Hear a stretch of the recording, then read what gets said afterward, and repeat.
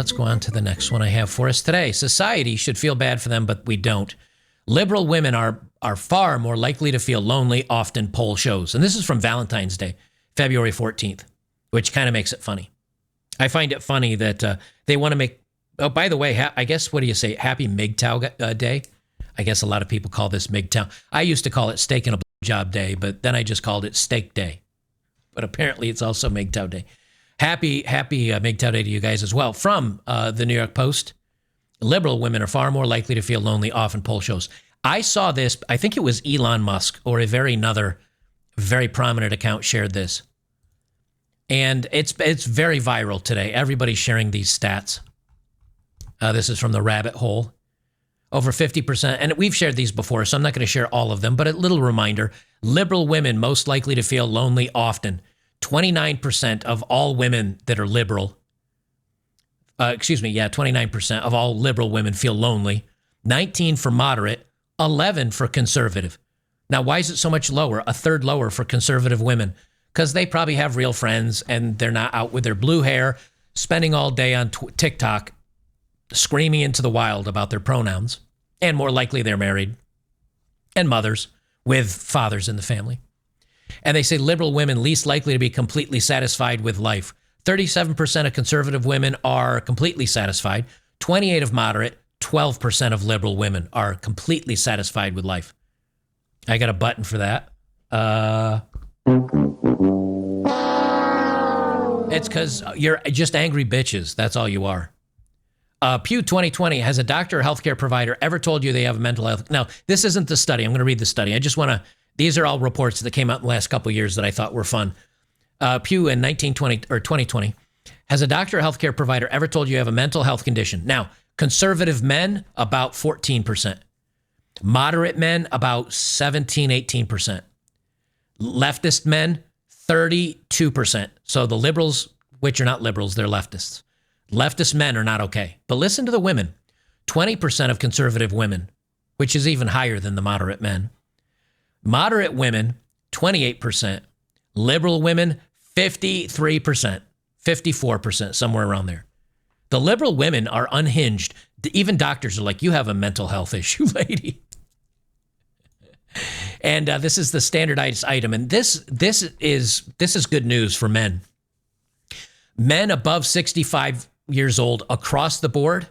So the zero, this is the Z0 score. That's the standard. Okay, so 0 is standard. Below standard means they're less likely. Liberal guys 65 and older, less likely to have mental issues. All men that are moderate, except for the 30 to 49. Those are the Gen Xers and the millennials. Moderate men, more likely to be mentally stable. Conservative men across the board, mentally well, pretty mentally well. That means I think most of us are pretty mentally well. Conservative women, for the most part, are mentally well. Moderate women, not doing so great. Above 65, they're okay. Moderate women are not faring very well. And everybody under the age of 64 on the left is mentally not well. But women are way out of whack, especially the 18 to 29. They have, in essence, we like to say scientifically, they're doing what we like to call losing their shit. That's the medical term for that.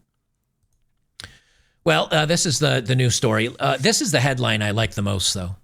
This is the headline I like the most. Liberal women are far more likely to feel lonely, often, poll shows.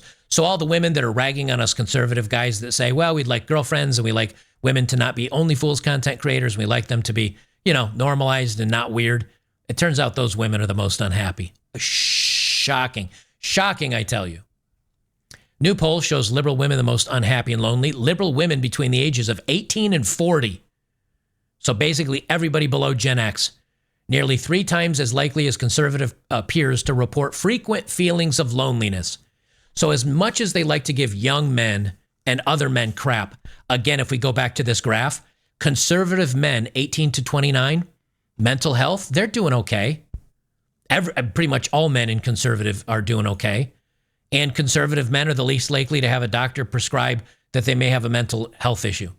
But the women that are yelling at those men, those young men, those conservative men, those lefties, oh, they're not doing so well. They say The 2024 American Family Survey found that 37% of conservative women and 28% of moderate women between the ages of 18 and 40 report being completely satisfied with their lives, but just 12% of liberal women in the same age group said the same. Liberal women were also nearly 3 times more likely than conservative women to say they experience loneliness at least a few times a week. Now, remember, these are the women that say sex work is real work and I can sleep with chads and get pile drived by all these dudes in the bedroom, and they're sleeping up and not dating at all, and I'm stunning and brave and enjoy my blue hair, and I'm going to riot because you want to take away my health rights. Turns out they're angry at a lot of things in the world, including themselves. And they're lonely probably because they're hateful bitches and even other leftists don't like them. I'm betting statistically that's a thing. They go on TikTok, they drop their venom, and then they go cry in a corner. Brad Wilcox, a sociology professor at the University of Virginia and fellow at the Institute for Family Studies, said he believes there are a couple of reasons why conservative young women are more likely to be happier than their liberal counterparts.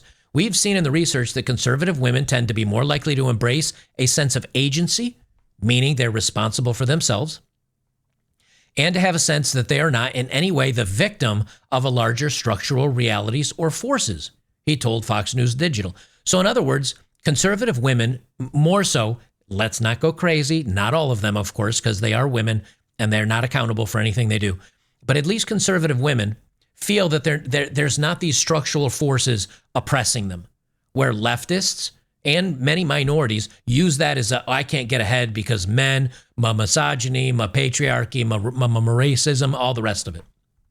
They're also less likely to catastrophize about public events and concerns and more likely to think of themselves as captains of their own fate.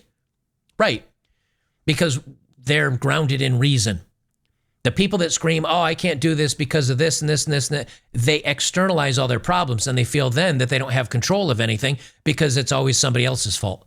Where at least if you have locus, and if you have locus, you understand that the force of your fate and the force of your life's outcome is within you most of the time. There's going to be some external forces, but most forces controlling how well or how badly you do are actually from your own decisions, your own control, your own being. Well, you're going to be happier, of course, because then if something goes bad, you say, okay, I screwed that up. I got to fix that. And you move on with life instead of crying in a fetal position, pointing at everybody else saying, it's not my fault. All these other people they're bad. Orange man bad. According to the data, 40% of liberal women reported being single. I am shocked. Well, not that shocked. Well, exactly. Of course they're all single. They're just all sleeping with dudes. While 31% they said they were married. Those poor 31%. No wonder liberal men are miserable and taking medication. They're married to liberal leftist women. For conservative women, 33% reported being single. 51% were married. The remaining women on both sides of the political aisle reported being a committed relationship or cohabitating with a partner. Wilcox said that marriage and family were an enormous source of meaning and purpose for most people. So it's not surprising that conservative women who are more likely to be married would also feel more satisfied with their lives in general. Yes, however, you notice they don't talk to the husbands because and many times it becomes happy wife, happy life, and it's all about the kids and it's all about the wife, and I don't think a lot of those guys are very happy, but maybe some of them are. I think if you found a conservative enough woman, meaning basically she's Amish, you might have a chance. Outside of that, I don't think you got a chance. Conservative women are also more likely to embrace the gender differences between men and women, and because there are, and prioritize family and attending religious services, he said, which also contributes to happiness. Yes, if there is something bigger than you in the world, you don't feel quite as alone. If you feel that there's more meaning to life and the world than just yourself, whether it is God, whether it is community, whether it is mankind, whether you're a humanist, and maybe, again, you might have some religions, maybe it's a wife, maybe it's your kids. That's a lot more meaningful. That's why guys a lot of times really struggle with finding meaning in being alone. And, you know, when a guy says, I'm not going to put my faith or my happiness into a family or kids, a lot of guys really struggle with that. A lot of guys are really unhappy. They get scared. They get angry. They feel alone. And that's why you have to find bigger meaning in other men, hobbies, passion about something you care about, religion, stoicism, working on things that you find interesting, reading topics that make you more intelligent, anything that is bigger than you. I think that's why it's so very important. I think a lot of men miss out on that, and they realize, like, they thought that woman and those kids were going to be their source of happiness and their meaning in life. And then when they get divorced or it's taken away from them, or maybe it never happens for them, they get that, what is life all about then? And what am I even here for? And that's very understandable. That's very understandable. But I think men can adapt, especially the younger you are coming to this lifestyle. I know a lot of young guys today that are pretty well adjusted and well adapted to feeling like, well, I'm going to be alone the rest of my life. So I'm going to do things that serve me well and make me happy. And for the rest of us, where the red pill and manosphere and men's content didn't, when we still kind of believed in unicorns and marriage and all that other stuff, we didn't find out the school of hard knocks, a lot of us, until 30s and 40s. And for us, that is a wind, I almost said a windfall, but that's not correct. That is a gate crashing. That is a world collapser right there, where you say, oh my God, I've been lied to half my life. So I think it's the older guys that are actually struggling with that concept, and the younger guys are doing okay with it. But the women, the conservative women are doing okay. Statistically, they're better. Still not great, though. Still not great.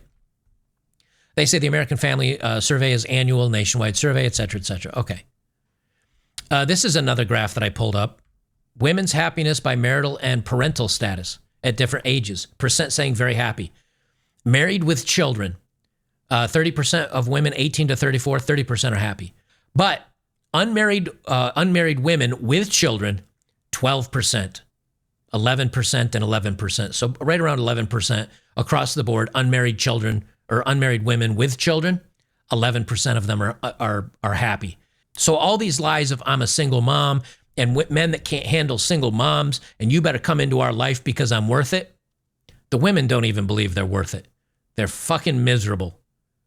So all this female empowerment, it's all smoke and mirrors. They're not doing well. Of course they're not doing well. But here's what I find interesting. Unmarried with no children, only 7% of women are very happy.